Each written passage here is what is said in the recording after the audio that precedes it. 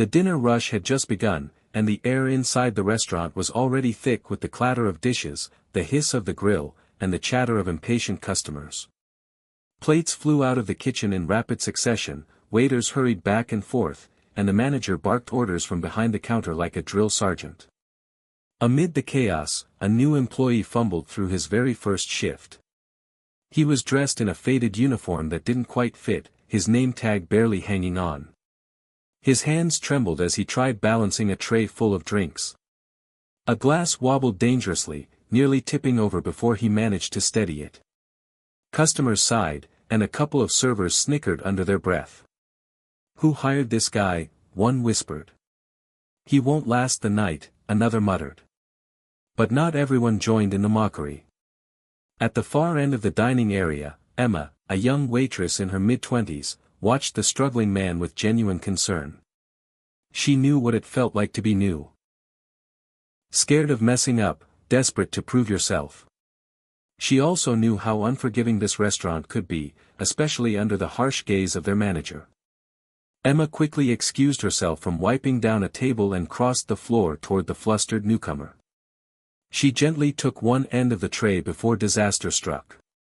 "Here, let me help you with that," she said softly, offering him a reassuring smile. The man blinked at her, clearly embarrassed. I should be able to do this myself. I don't want to get you in trouble." Emma shook her head. "Everyone needs a hand when they start. Trust me, I've been there." Together, they delivered the drinks without a single spill. The customers seemed relieved, and the man's shoulders relaxed ever so slightly. Emma leaned closer, whispering encouragement, "Don't worry about the mistakes. Focus on one thing at a time. You'll get the hang of it." As the night wore on, she continued to quietly guide him. She showed him how to hold plates properly, how to balance trays, and even slipped him a few tricks she had picked up over the years. She could see he was overwhelmed, but she also noticed the determination in his eyes. What Emma didn't know was that the man she was helping wasn't just another nervous hire, he was the owner of the entire restaurant chain, working undercover to see how his staff was treated. And while most of the employees ignored him or made jokes at his expense, Emma was the only one who offered kindness without expecting anything in return. By the end of the shift, the man looked at her with gratitude. "Thank you," he said simply, his voice low, almost humbled. Emma just smiled. "Don't thank me. Just promise me you won't give up. Everyone deserves a fair chance." She turned away to attend to another table, never realizing that her simple act of compassion had just set into motion a chain of events that would change her life, and the entire restaurant, forever. The restaurant was buzzing louder now, plates clattering, customers waving impatiently, the smell of grilled steaks and sizzling fries drifting through the air. Amid all the noise, Emma continued to quietly guide the new worker. She showed him how to punch in orders, how to refill water glasses without spilling, and even swapped one of her own tables with him to ease his load. But just as the man was starting to find his footing, a sharp, angry voice cut through the din. "Emma! What do you think you're doing?" It was Mr. Collins, the restaurant manager. His tall frame loomed over her, his face red with irritation. The entire staff froze at the sound of his voice, and even a few customers turned their heads. Emma straightened nervously. "I was just helping the new guy." "Helping?" Collins sneered, cutting her off. "You mean babysitting? I don't pay you to waste time holding someone's hand. This is a business, not a charity." The words were loud enough for half the dining area to hear. A couple of waiters exchanged smirks, while others looked away, too afraid to intervene. Emma felt her cheeks burn, but she refused to stay silent. "He's new," she explained calmly. "It's his first shift. A little support now will save us problems later." The manager's eyes narrowed. "Don't lecture me on how to run my restaurant. You're here to take orders and serve food, not to play hero." He gestured toward the undercover boss, who was standing awkwardly, tray in hand. "If he can't handle the job, that's his problem. And if you keep wasting time, it'll become your problem. Emma swallowed hard. 1,000 thoughts rushed through her head: her rent due next week, her little brother's school supplies she was saving up for, the fact that this job was her only source of income. Yet, looking at the nervous man beside her, she couldn't bring herself to abandon him. With a steady voice, she said, "Sir, I'm just trying to make sure the customers are taken care of. If I didn't step in, those drinks would have spilled all over the floor." Her defiance made the manager's face twist with anger. He stepped closer, his voice a low growl now. "Don't test me, Emma. I run this place, and I don't need waitresses undermining my authority. Do your job, or I'll find someone else who will." A hush fell over the nearby tables. Emma felt her throat tighten, but she held her ground. She gave a small nod, turned back to the undercover boss, and whispered quietly, "Don't let it get to you. Just focus on the customers. You're doing fine." The manager stormed off, muttering insults under his breath, but not before glaring at her one last time. The air around Emma felt heavier, the tension palpable. She knew she had just painted a target on her back. And though she tried to shake it off and keep working, deep down she felt an uneasy certainty: this wasn't the last time her kindness would clash with her manager's cruelty. The night dragged on, and the pressure inside the restaurant only grew. Orders piled up, customers complained about slow service, and the staff moved like restless ants trying to catch up. The undercover boss, still disguised as the clumsy new hire, was doing his best, but the stress showed. His tray shook as he hurried toward a table of 4. Emma noticed instantly. She tried to rush over, but she was already balancing plates for another table. Just as she feared, a soda tipped, splashing across the table before he could set it down. The customers gasped, one snapping angrily, "Are you serious? First night or not, this is ridiculous." The new worker stammered an apology, fumbling for napkins. Before Emma could step in, Mr. Collins, the manager, swooped in like a hawk smelling blood. "What on earth is happening here?" he barked. His eyes locked on the undercover boss, then flicked accusingly to Emma. "Of course. I should have known. Emma's been wasting time holding your hand all night, and now the customers are suffering." Emma set down her plates quickly and hurried over. "Sir, it was an accident. He just..." Collins cut her off with a raised hand. "Don't defend him. And don't think I haven't noticed you ignoring your own tables to play mentor. Look around you, Emma.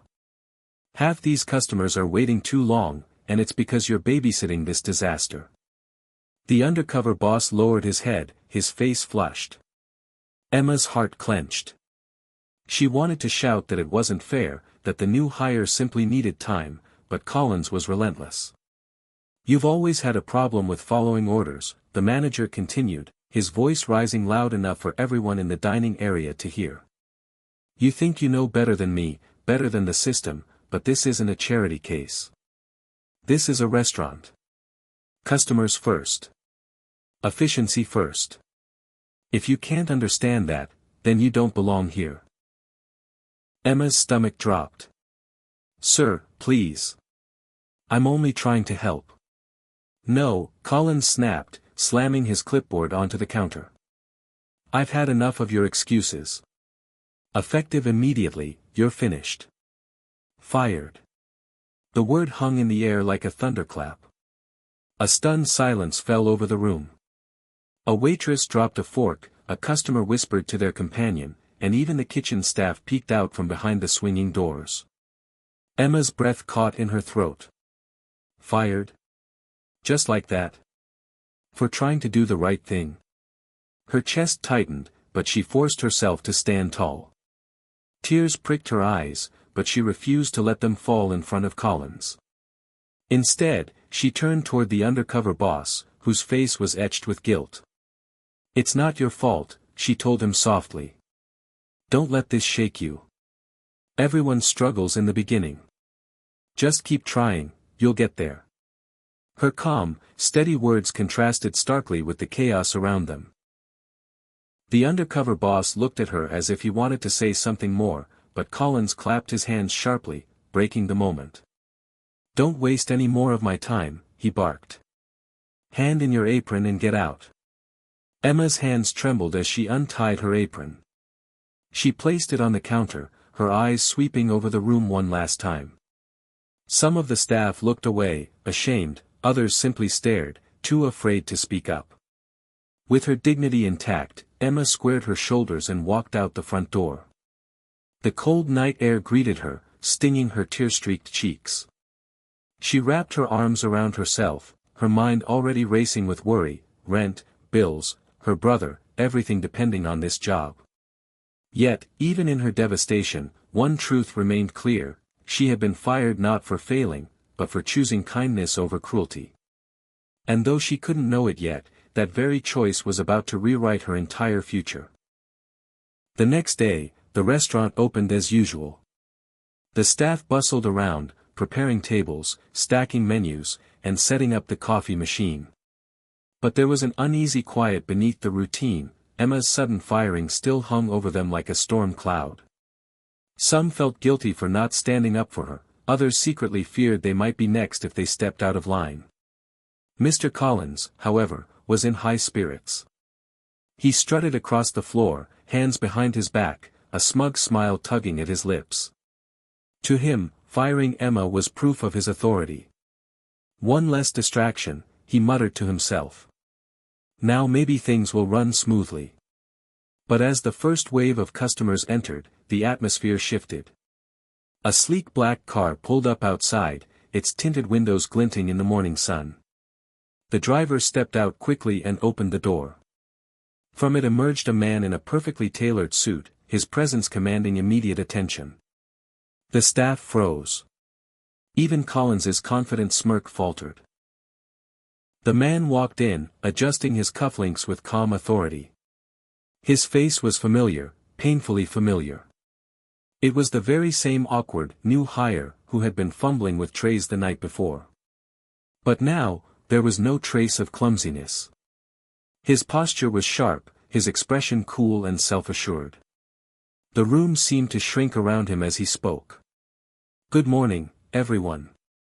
I believe I owe you an introduction." Murmurs rippled through the restaurant. The staff exchanged stunned glances, some whispering, "That's the new guy. What's going on?" The man's gaze swept the room, finally landing squarely on Mr. Collins. His voice carried the weight of authority, firm and unyielding. "My name is Richard Hale. I am the owner of this restaurant, and of every restaurant in this chain." The silence was deafening. A tray slipped from one server's hand, crashing onto the floor. Collins's face drained of color, his lips parting but no sound escaping. Richard continued, his tone calm but cutting. "Last night, I came here undercover to see how my employees are treated. To see whether the values this company was built on, respect, fairness, compassion, were alive within these walls." He let his words hang in the air, watching the staff shift nervously. Then his voice hardened. "What I saw instead was arrogance, cruelty, and neglect of the very people who keep this business running. A manager who humiliates his staff in front of customers. Employees who stand by and do nothing. And worst of all," he paused, his eyes narrowing on Collins. "A waitress punished and fired for the crime of showing kindness." The staff looked at one another guiltily, some lowering their heads in shame. Collins finally found his voice. "Mr. Hale, I can explain." She was undermining authority, distracting the staff, slowing down service. "Enough." Richard's voice cracked like a whip. "I was there. I saw everything. Emma was the only person who treated me like a human being, not an inconvenience. She upheld the values this company was meant to stand for. And you," he stepped closer to Collins, his voice dropping into a cold, quiet tone that cut deeper than a shout, "you disgraced this uniform, this restaurant, and my trust." Collins stammered, sweat beading on his forehead. "Sir, please, But Richard silenced him with a raised hand. Your time here is over. Effective immediately, you're terminated. The staff gasped, eyes wide. Collins opened his mouth to protest, but no words came. With his shoulders slumped and face pale, he turned and shuffled toward the back office, defeated. Richard faced the remaining staff, his expression softening slightly. Emma will be returning, he announced firmly. And when she does, you will treat her with the respect she deserves. Let last night serve as a reminder, this company is nothing without people who care. The room erupted in murmurs, shock mingling with relief. Some nodded eagerly, others still wide-eyed in disbelief. But one thing was clear, the restaurant would never be the same again. Later that afternoon, a familiar figure walked through the restaurant's glass doors. Emma. She hesitated at the entrance, clutching her bag tightly. Her eyes darted nervously around the room, part of her still couldn't believe Richard Hale, the new hire she'd helped, had sent a driver to fetch her personally. She had walked in expecting more humiliation, or at the very least, awkward stares from her coworkers. Instead, the restaurant fell silent the moment she appeared. Every pair of eyes turned toward her. Some staff looked ashamed, others smiled softly, trying to show support. And then Richard himself stepped forward, his sharp suit a stark contrast to the apron he had worn the night before. Emma, he greeted warmly, his voice carrying both authority and kindness. Welcome back. She blinked, stunned. Back. But. Mr. Collins fired me. I don't even know if I still. You do, Richard interrupted firmly. His tone left no room for doubt. Collins is no longer with this company. His actions were unacceptable. You, on the other hand, embody everything I want my employees to stand for: compassion, integrity, and courage. The staff exchanged shocked glances. Emma's cheeks flushed, her heart pounding in disbelief. I was just doing what felt right, she whispered. And that, Richard said, smiling, is exactly what makes you extraordinary.